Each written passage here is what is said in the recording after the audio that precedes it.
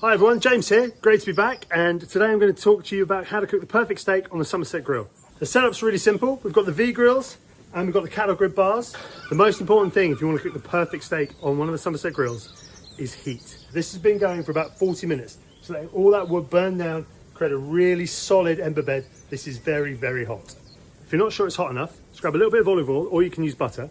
Drop a little bit on the grill, and if you hear it sizzle, or if it smokes, it's hot enough. Of course, one of the determining factors on how good your steak's going to be at the end of all of this is how good it was when you bought it. Things like free range and organic, they're not just buzzwords. They actually do contribute to the quality of your steak at the end. Find a good butcher, whether it's online or in your high street. Talk to them about the beef that you're buying. Get an idea of how long it's been aged, where it's from. These things make a huge difference. Remember to take your steaks out of the fridge at least an hour before you're cooking them. You want them at room temperature so they cook evenly. The next bit is seasoning.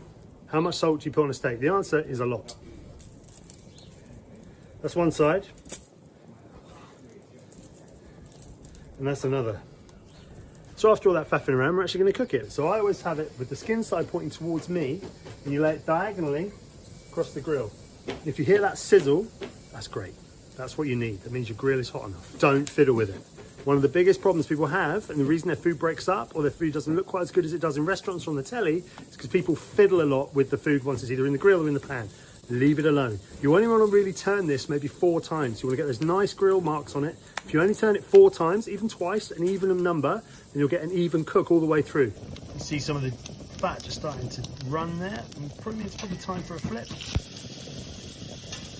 The muscle contracts, starting to push that liquid out. That is a sign that the middle of the steak is starting to cook. So now it's started just to leach those juices. I'm going to take it off. Now you want to rest it, because you want the muscle to relax, and texturally it'll be much nicer to eat if you've allowed it to rest. If it's still steaming, it is not rested enough. You want to season it again. Yes, more salt.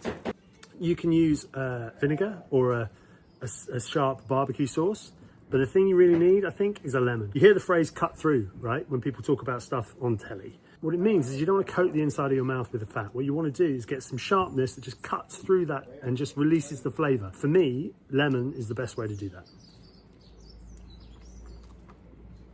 that. Ridiculous. So that's it. Any questions about how to cook your steak? You can talk to me in the comments. Happy to answer your questions. Just remember, really hot grill, really well sourced meat. Don't mess around with it too much. Rest it, season, lemon juice, and that's that.